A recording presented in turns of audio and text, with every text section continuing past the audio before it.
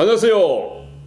마장창TV 간헐적 시식인 조영찬입니다. 홍준표 대표가 드디어 대구에 온다고 선언한다고 합니다. 홍준표 전 대표가 왜 대구에 올까요? 대구에 와서 살아남을 가능성이 있을까요? 그리고 살아남아서 미래통합당의 차기 대선 후보까지 될 수 있을까요? 오늘 거기에 대해서 여러분과 이야기를 나눠볼까 합니다. 홍준표 전 대표는 벌써 지난 6일에 이미 대구에 올 결심을 했다고 합니다. 양산을해서 불출마 선언을 하고 대구 오겠다고 이야기는 했지만은 이미 결심을 하고 계속 단계적으로 대구 입성을 계속 준비하면 한다는 이야기를 계속 지금 언론에 흘리고 있는 겁니다. 고대의 언론 플레이죠. 홍준표 전 대표의 언론 플레이 놀랍습니다. 홍준표 전 대표가 여러분은 왜 대구에 온다고 생각하십니까? 대구는 지금 권력의 공백 상태에 있습니다. 진공 상태입니다. 친박 세력들이 득세했던 20대 총선에서 지금 친박 세력들을 대거 물갈해버렸습니다. 그리고 그 앞서 친이 세력도 지난 총선에서 이미 다 살아남지 못했죠. 친유승민 세력도 마찬가지입니다. 거의 없습니다. 그렇다고 해서 지금 황교안 대표가 친황 세력을 여기에 심었느냐? 그렇지도 못한 것 같아요. 오히려 친나경원, 나경원 세력들이 심어져 있는 것 같은 그런 생각이 들 정도로 대구에서도 황 대표가 영향력을 별로 발휘 못하고 있습니다.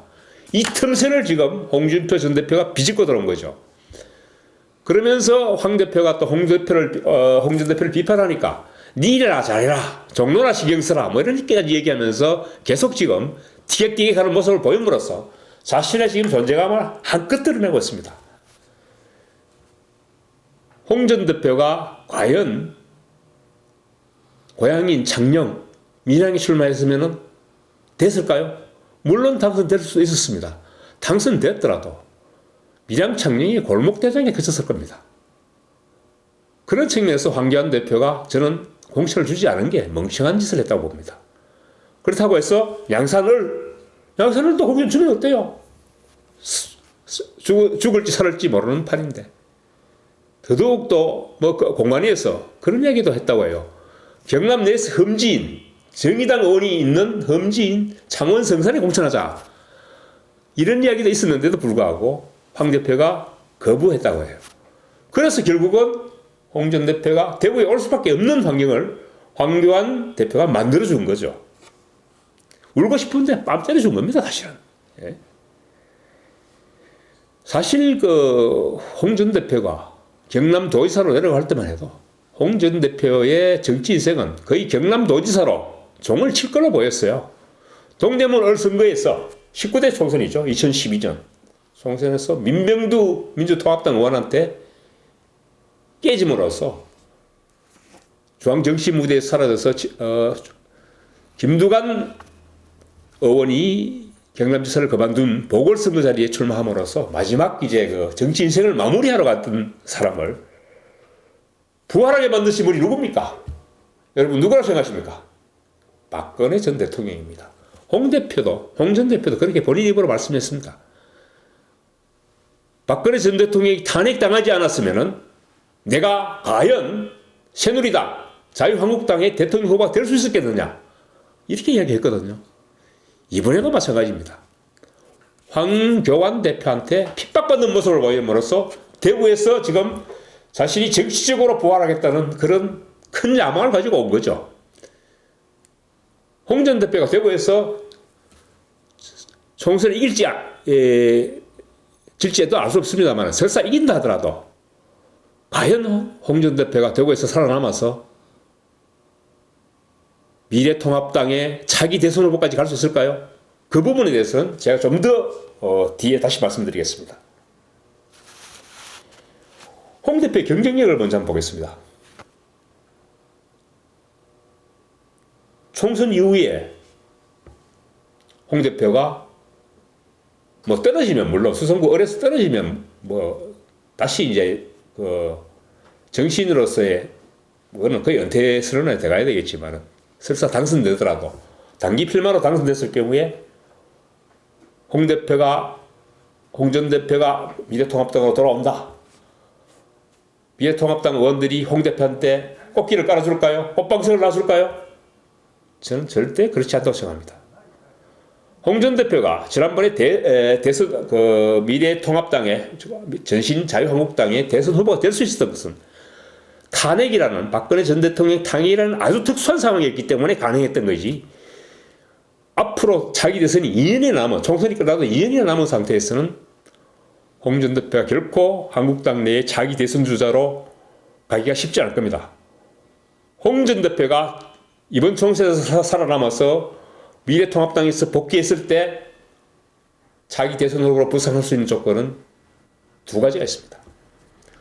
한국당이 완전히 한국당이 아니죠. 미래통합당이 이번 총선에서 대참패를 하고 리더십의 붕괴가 왔을 때만이 홍 전 대표가 살아남을 수 있습니다. 그 두 가지 조건을 채울 가능성은 저는 없다고 보거든요. 첫째, 이번 총선은 미래통합당이 이기든 더불어민주당이 이기든 어느 쪽도 압승할 국면은 아닙니다. 양쪽 세력이 완전히 분리돼서 결집되어 있는 상태이기 때문에 압승의 국면은 저는 아니라고 보거든요. 누가 이기더라도 근소하게 차이 날 수밖에 없습니다. 그런 상황에서 홍 전 대표가 무소속으로 출마했다가 미래통합당으로 돌아가기도 쉽지 않을 겁니다. 저는 황 전 대표의 리더십에 많은 문제가 있다고 지금 이야기 나오고 있습니다. 김종인 전 의원도 지금 선대위원장 예입이 불발됐고 미래통합당의 위성정당이죠. 미래한국당 한승교 대표도 지금 황교안 대표의 말을 잘 안 듣는다고 해요. 그래서 황교안 대표가 본인 선거도 떨어지고 수도권 선거에서도 패배하고 영남권의 어떤 주도권도 상실했을 때 많이 홍준표 전 대표의 정치적 공간이 생긴다는 거죠. 그런 측면에서 봤을 때 저는 황 대표가 실각을 하더라도 미래통합당은 집단 지혜시설로 저는 갈 거라고 보거든요. 그렇기 때문에 저는 홍준표 전 대표를 위한 꽃방석은 결코 한국당이 마련하지 않을 거다. 이런 생각입니다. 그렇다면은 홍준표 전 대표의 생존 가능성은 세모인데다가 차기 대통령 후보로서의 미래통합당 차기 대선 후보로서의 가능성은 저는 거의 제로라고 봅니다. 그리고 이번 총선의 생존 가능성도 지금 여러 군데서 시뮬레이션을 돌려본 결과 대구에서 출마하더라도 여러 선거구에서 30%선을 넘지 못해요. 27, 8%선입니다. 27, 8%선 가지고는 지지율 가지고는 민주당 후보까지 포함한 삼각구도가 되더라도 당선은 장담할 수 없는 득표 수준입니다. 그에 대한 근거를 좀 살펴보겠습니다. 홍 전 대표는 사실은 거의 독불장군 스타일이었죠. 물론 아주 크게 큰 범주로 나왔을 때는 친박보다는 친이계였습니다. 그래서 지금 강성 친박들이 지금 황교안 대표 체제를 공격하고 있지만은 그렇다고 해서 강성 친박들이 홍준표 전 대표를 또 지지하는 것도 아니에요. 물론 지금 황교안 대표에 대해서 각을 세우고 있기 때문에 같은 색깔로 보이긴 하지만 그렇습니다. 친박 태극기 내지 강성 친박들은 홍 전 대표를 지지하지 않습니다. 그렇다고 해서 홍 전 대표가 친이 세력이지만은 범친이계로 포함될 수 있지만은 친이 세력하고도 그렇게 친하지 않아요. 그렇다면 대구에서 유일하게 홍 대표의 지지 세력이라고 할 수 있는 분들은 누굴까요? 제가 지난 방송에서 말씀드렸습니다만은 이번 공천에서 컷오프 대신 고대 법대 동문들이죠. 뭐 그분들 북구갑의 정태옥 의원, 달스갑의 박대훈 의원, 북구을의 주성영 전 의원 이런 정도입니다. 이런 정도 서너 분하고 같이 4명이 동시에 당선되더라도 큰 세력이 못 돼요. 더더구나 홍 전 대표는 당선돼서 미래통합당에 돌아갈 생각이 있기 때문에 무소속 연대는 하지 않겠다 이렇게 이야기하고 있습니다. 그런데 이 부분에서 지금 홍 전 대표의 딜레마가 있습니다. 본인만 살아 돌아가기도 힘들겠지만 살아남았서는 미래통합당에서 자리가 없어요. 그리고 무소속 연대를 통해서 대구에서 돌풍을 일으켜서 대거 당선시켜서 자신이 지원하는 무소속 의원들이 대거 당선돼서 미래통합당에 가담할 경우에는 세력이 형성될 수 있겠지만은 그렇게 되면은 대선 후보까지 지내시고 당대표를 2번이나 하신 분이 미래통합당 후보들을 떨어뜨렸다는 해당 행위자라는 그런 것 때문에 복당도 힘들어져요. 여기에 지금 홍 전 대표의 딜레마가 있는 겁니다. 지금 대구에서는 물론 그런 생각을 많이 하고 있습니다.